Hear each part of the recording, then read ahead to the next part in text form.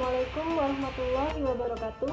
Perkenalkan, nama saya Divi Fonindi, NIM E 2019-1182 dari Prodi Perbankan Syariah 4, Fakultas Ekonomi dan Bisnis Islam. Baik, di sini saya akan menanggapi video yang sudah dijelaskan oleh Bapak Dr. Abdul Wadud Nafis, LCMI, selaku dosen pengampu mata kuliah Ekonomi Makro Islam yang membahas tentang kebijakan fiskal. Adapun materi yang dibahas pada kesempatan kali ini yaitu yang pertama, pengertian kebijakan fiskal, yang kedua, tujuan kebijakan fiskal, yang ketiga, instrumen kebijakan fiskal, dan yang keempat, komponen-komponen dari kebijakan fiskal, yang kelima, kebijakan fiskal dalam ekonomi Islam. Dan materi yang pertama yaitu pengertian kebijakan fiskal. Pengertian kebijakan fiskal itu sendiri yaitu suatu kebijakan yang dilakukan oleh pemerintah dengan cara meningkatkan atau mengurangi belanja negara untuk mencapai tujuan yang diharapkan seperti mengurangi jumlah pengangguran dalam mencapai pertumbuhan ekonomi yang sudah ditargetkan. Kebijakan fiskal ini memiliki tujuan utama yaitu untuk menentukan arah tujuan sasaran dan prioritas pengguna nasional serta pertumbuhan perekonomian suatu negara.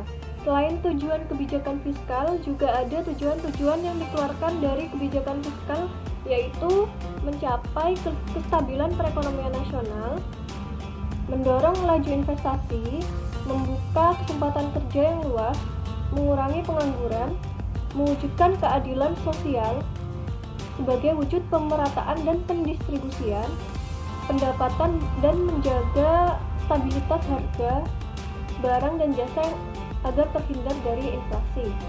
Kemudian dijelaskan tentang jenis-jenis kebijakan fiskal secara umum. Kebijakan fiskal dibagi menjadi dua, yaitu yang pertama kebijakan ekspansif dan yang kedua kebijakan fiskal kontraksional. Untuk kebijakan ekspansif, kebijakan jenis ini biasa diterapkan saat negara mengalami resesi atau deflasi yang sangat serius untuk merangsang kembali pertumbuhan ekonomi.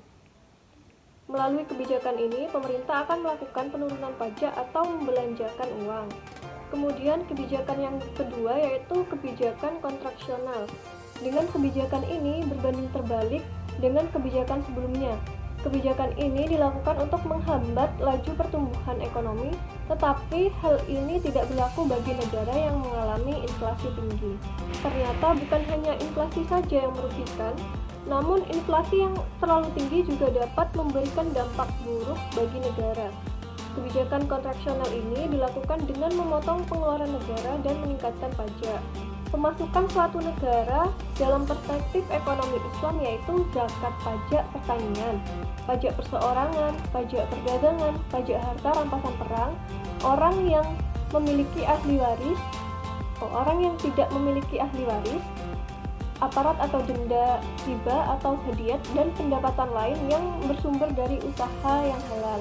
Adapun mekanisme penggunaan dana-dana tersebut, ada instrumen yang penggunaan dana hanya bersifat ringkas seperti zakat, dan ada pula yang tidak terikat terkait kebijakan anggaran belanja negara.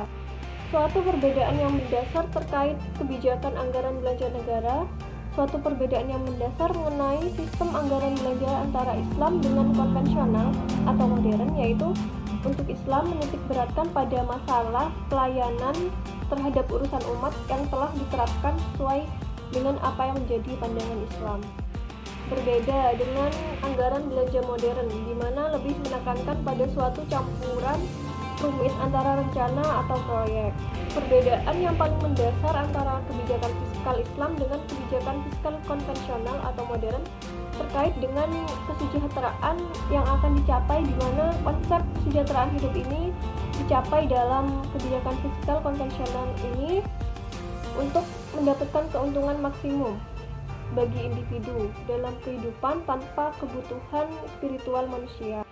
Sedangkan dalam sistem Islam, konsep kesejahteraan yang sangat luas meliputi kehidupan di dunia dan di akhirat, serta peningkatan spiritual lebih didekatkan daripada pemilihan material. Mungkin itu saja penjelasan tanggapan video dari saya. Apabila ada salah kata atau masih ada yang kurang jelas, kurang lebihnya saya mohon maaf. Terima kasih. Wassalamualaikum warahmatullahi wabarakatuh.